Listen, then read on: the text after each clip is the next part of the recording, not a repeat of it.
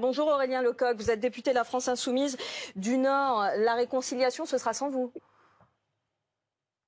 Ah bah c'est certain, puisque nous avons la nomination de François Bayrou, qui aujourd'hui est une énième provocation de la Macronie. La réalité, c'est que Emmanuel Macron est retranché à l'Élysée et qu'il lui reste plus que ses derniers soldats fanatisés de la Macronie, dont fait partie François Bayrou, puisqu'il l'accompagne dans ses méfaits depuis désormais 2017. Mais la réalité, c'est que François Bayrou aujourd'hui est un Premier ministre éphémère. Il est là pour assurer l'intérim avant la prochaine censure. Et la prochaine censure entraînera non seulement la chute du gouvernement de François Bayrou, mais aussi la chute définitive d'Emmanuel Macron. Parce que le président... La France Insoumise qui a toujours cette même musique, la démission du président. Vous êtes le seul parti aujourd'hui qui dit qu'il y aura censure systématique. Les autres, même dans le camp du NFP, disent on attend de voir, on jugera sur pièce, on demande, je pense au PS, au Premier ministre de nous recevoir. Est-ce que vous ne sentez pas un petit peu isolé au sein du NFP ? Non, nous ne nous sentons pas isolés parce que nous savons avoir l'appui de la grande masse des électeurs du nouveau Front populaire.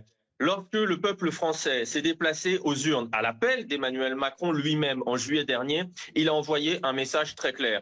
La politique de violence sociale, de misère et de galère du président de la République, c'est terminé. Et là, on se retrouve avec d'abord un Premier ministre de droite et puis maintenant François Bayrou qui est favorable à la retraite à 64 ans alors que plus personne dans ce pays ne défend la retraite à 64 ans, aucun syndicat, une toute petite minorité de parlementaires, que la majorité de la population veut son abrogation et que les macronistes ont tout fait pour empêcher en bloquant l'Assemblée nationale son abrogation. Non.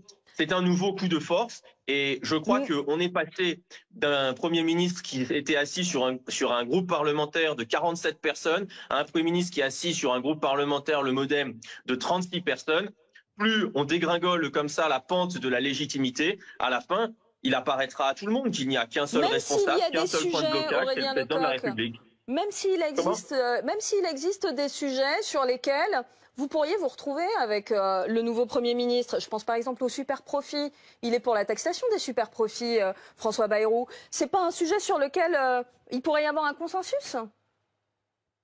Écoutez, je crois qu'on ne va pas se faire avoir par quelques miettes ou quelques mesurettes que voudrait nous présenter François Bayrou. François Bayrou est un des premiers lieutenants, c'est l'un des derniers soldats d'Emmanuel Macron au milieu du désert. Emmanuel Macron, je le rappelle, c'est celui qui a permis aux plus grandes fortunes de France de doubler leur patrimoine depuis qu'il est arrivé. Il n'est en aucun cas pour la redistribution des richesses. Et puis, si il souhaitait le MoDem, par exemple, et François Bayrou, un budget de répartition des richesses. Alors pourquoi ont-ils rejeté le budget amendé par le nouveau Front populaire qui permettait précisément de taxer les ultra-riches?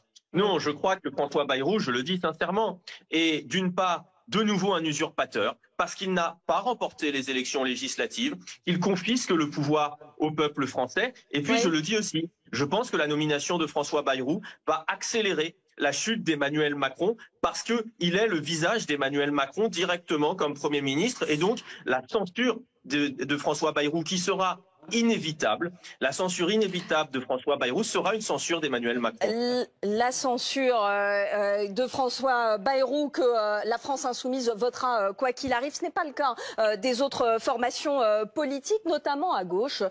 Certains attendent de voir, enfin tout le monde attend de voir, sauf la France Insoumise. Merci Aurélien Lecoq d'avoir répondu à nos questions.